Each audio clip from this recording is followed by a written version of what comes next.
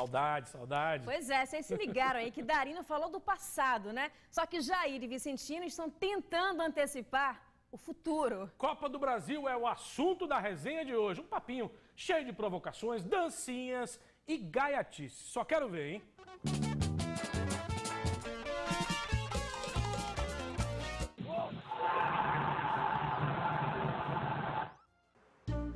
Aí, ó. Rapaz, eu tenho que agradecer todos os dias por ter você na minha vida, Jair. Oh, rapaz, você é você, meu olha amigo só o que tá mesmo. dizendo no jornal aqui, ó. Ok. Ri 15 minutos por dia lhe acrescenta um dia de vida, rapaz. beleza, hein, rapaz? Eu tenho que agradecer a Você, você, meu amigo. Jair. Por quê? Porque, rapaz, você me torna um cara imortal, Jair.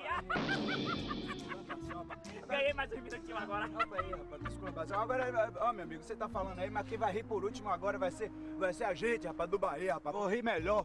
Porque eu vou pegar português, meu amigo, e vou dançar o vira com eles, ó. Não é, rapaz? Peraí, Vou volte. esculambar português. Você tá se tornando um bailarino. Olha, bota a música de bailarina. Bailarino não, Não, rapaz. peraí, Isso aqui é dança dança o vira. tradicional de Portugal. Vai, rapaz. Roberto Leal. Roberto Leal, vai, Eu sou bota, meio louro, rapaz. bota a bailarina e dança aí de novo pra mim, vai. Esculambou.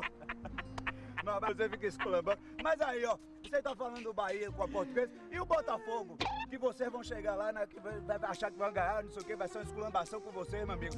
E aí vocês vão sair tudo torradinho de lá. Ô, Jair. Esculambei! Você até parece que não conhece futebol, Jair. O Botafogo é freguês do Vitória, Ô, Jair. rapaz, que Olha, tá até doido. disputando pra ver quem é mais Nem tomou freguês. seu remedinho hoje, Olha, né? deixa eu lhe dizer uma coisa, rapaz. Quem vai estar rindo sou eu. No meio da torcida eu vou estar rindo como louco, Jair. É, vai ser sim, vai ser como louco. Como louco Abreu, dando cavadinha, hablando em espanhol. Pero que sim, pero que não, esculambei. Que brincadeira, viu, Jair? Rapaz.